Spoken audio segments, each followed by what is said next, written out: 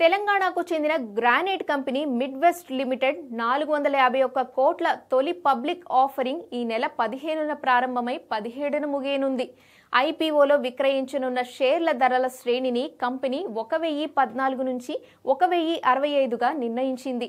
ఐపీఓలో భాగంగా కంపెనీ 250 కోట్ల విలువైన తాజా ఈక్విటీ జారీతో పాటు 201 కోట్ల ఈక్విటీ షేర్లను ఆఫర్ ఫర్ సేల్ పద్ధతిన విక్రయించనుంది.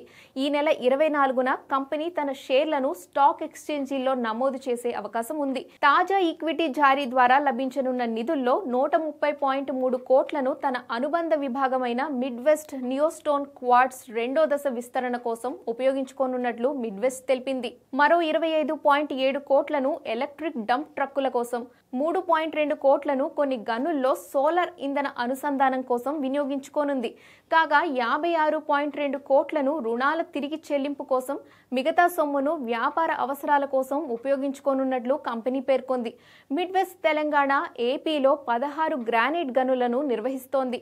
అత్యంత ఖరీదైన black galaxy granite, black granite ను ఉత్పత్తి చేస్తోంది సంస్థ.